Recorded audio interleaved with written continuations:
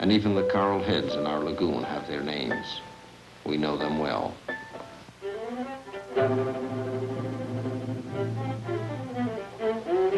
It's when the trade winds blow that we catch the bonito. The bonito is fast, and we must sail with all our speed, with all the wind our sails will take to get him to bite. We use feathered hooks for the bonito. This is what he likes best. But sometimes he is hard to find.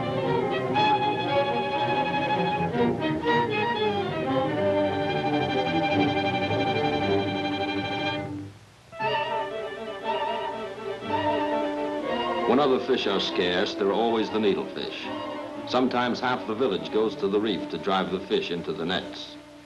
The children, too, come to help, to join in the excitement, but never the women. Everyone works together, and then the fish are divided among those that have helped. The needlefish can be caught at any time.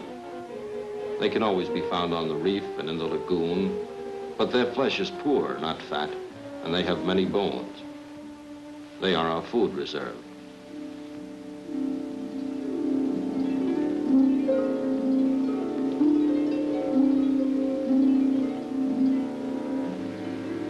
Along the outside of the reef, we fish with spears.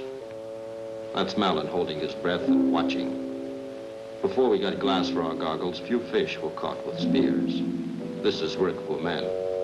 Some of us, like Malin, can follow a fish down to 20 fathoms and stay for several minutes.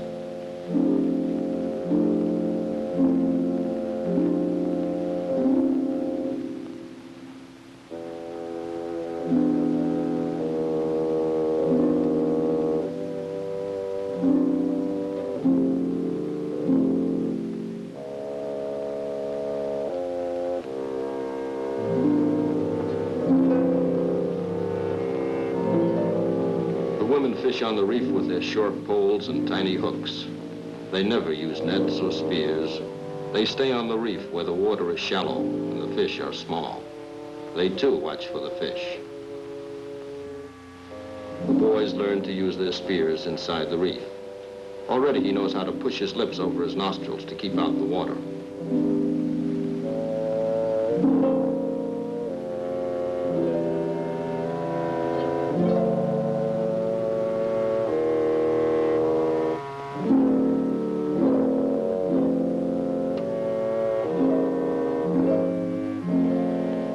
Fish come with the tide to feed on the reef, and we set our nets on the edge of the reef, a trap to catch the frightened fish as they try to escape to the ocean.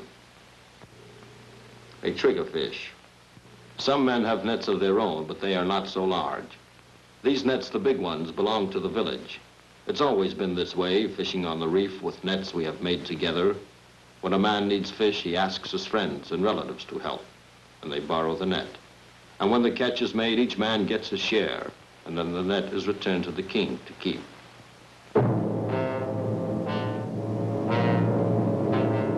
The dangerous conger eel. He hides in the reef and attacks without warning. When we find him, we kill him with spears, and he is good to eat.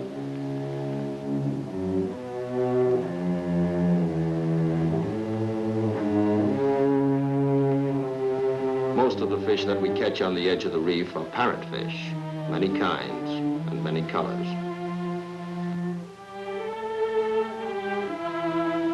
Flying fish. Here's the fish we love. They are fat and good to the taste. When we are lucky and have made a good catch, we salt and smoke them. They are caught by night. We make flares from coconut fronds and they fly to the flares.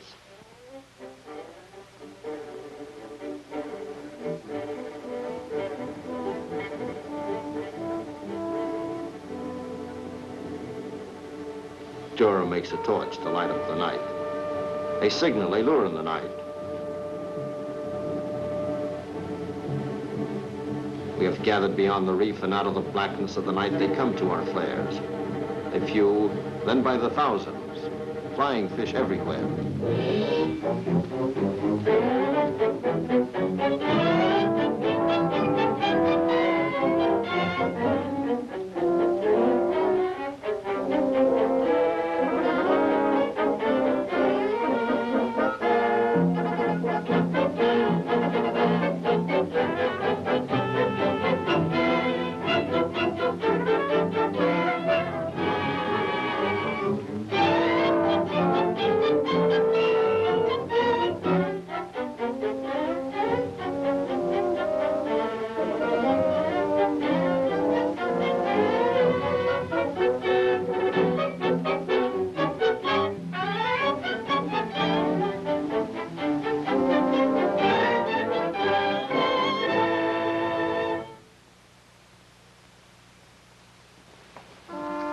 the banner of Christian endeavor and the American flag.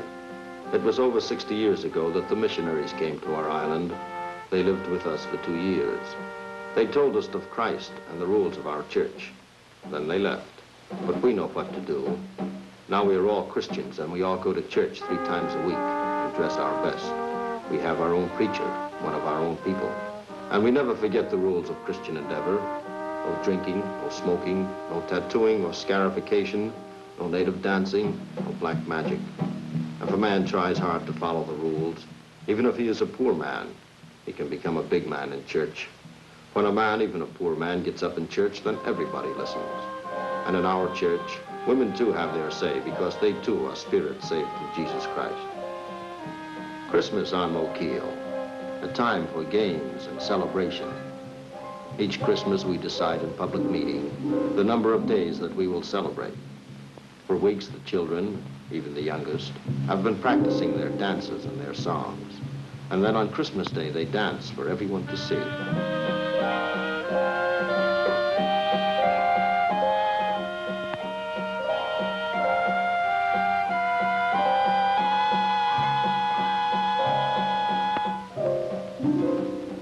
We make our children beautiful on Christmas. Fine clothes, perfume, flowers in their hair, a sight to warm our hearts, a time to be proud.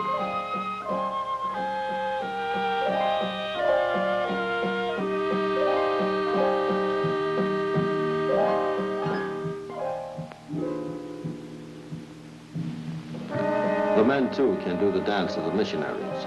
Some of us, the older men, remember the old dances of Mwoakilloa. And when the Americans ask, we show them that we did remember. And the old men taught the young men their own dance.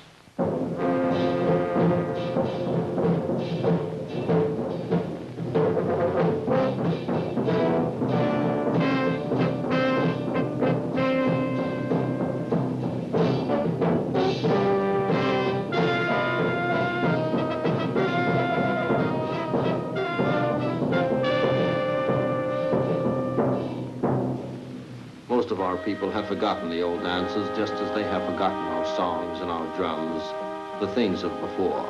We are Christians. Yes, we must forget the old ways. This is our dance, the new dance of Mwoakilloa. Obey the 10 Commandments. But sometimes it is hard. Sometimes people fall down, smoke, commit adultery. The fine for adultery is $5.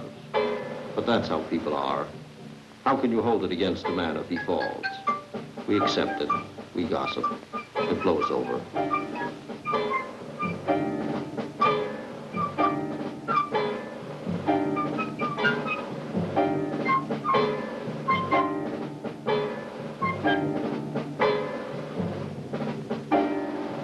Christmas is the only time we play games. It's our best time.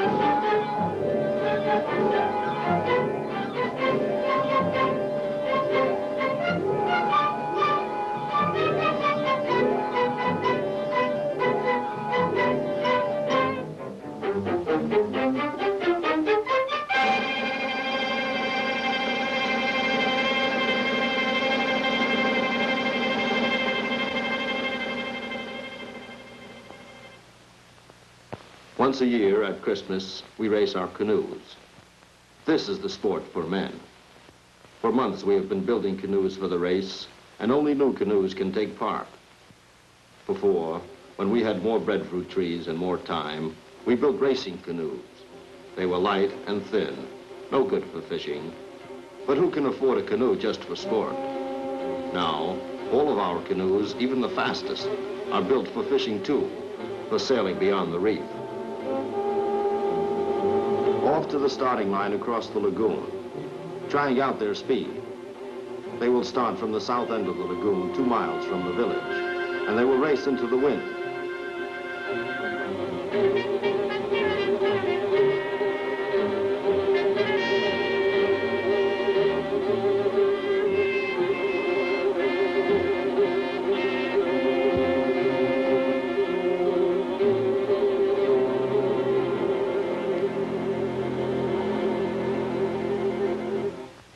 They are ready. Now we shall see who has built speed and fame into the hull of this boat. There they go.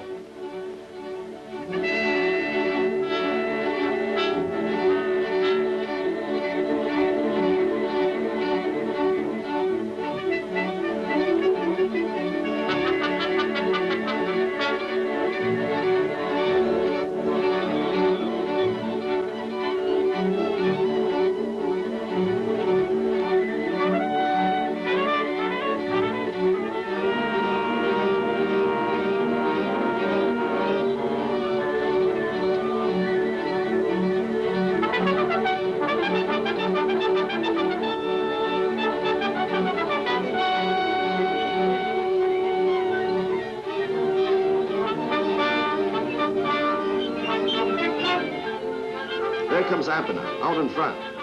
And there is Jamish. Jamish is coming ahead. He is ahead. Jamish is the man. Good sailor, clever builder of canoes. Abner is second. That's an honor, too, especially for a young man like Abner. With months of loving labor, with hard thought and a cunning hand, Jamish builds a canoe that wins the race of all Mwoakilloa. Jamish is proud of his canoe, and we are proud of him, and we will speak his praise.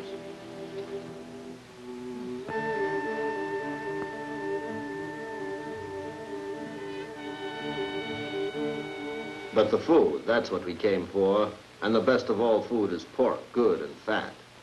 Pork and taro are the foods of the Kamati, the feast. When it's the new year, everybody joins in the Kamati. The rich and powerful families give pigs and taro, pig taro, breadfruit and fish. The poor families give what they can. And then we divide it equally among all the families of Mwoakilloa. We celebrate by eating, by sharing our food when a baby is born or when a daughter is married. The sharing is good, but every man tries to do more than he can to impress his friends. When a man gives a Kamati for the whole island, we speak highly of him. Same as when he gives away his food to a work party. He's a big man. But this isn't right. We lose too much. So we make laws against Kamatis. But who can stop the rich families from doing what they have always done? From showing us how much they have? We only eat a small part of the food. Most of it we carry back to our homes.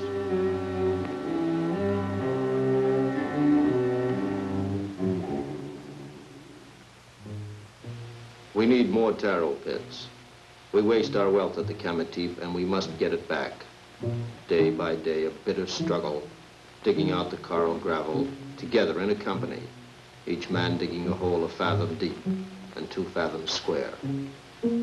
We dig our taro pits in the center of the island, safe from the salt water, but only where the land is so poor, coconut will not grow, for coconut is money. From far off, the children bring grass for the pit, children from many paninis. They too have formed a company.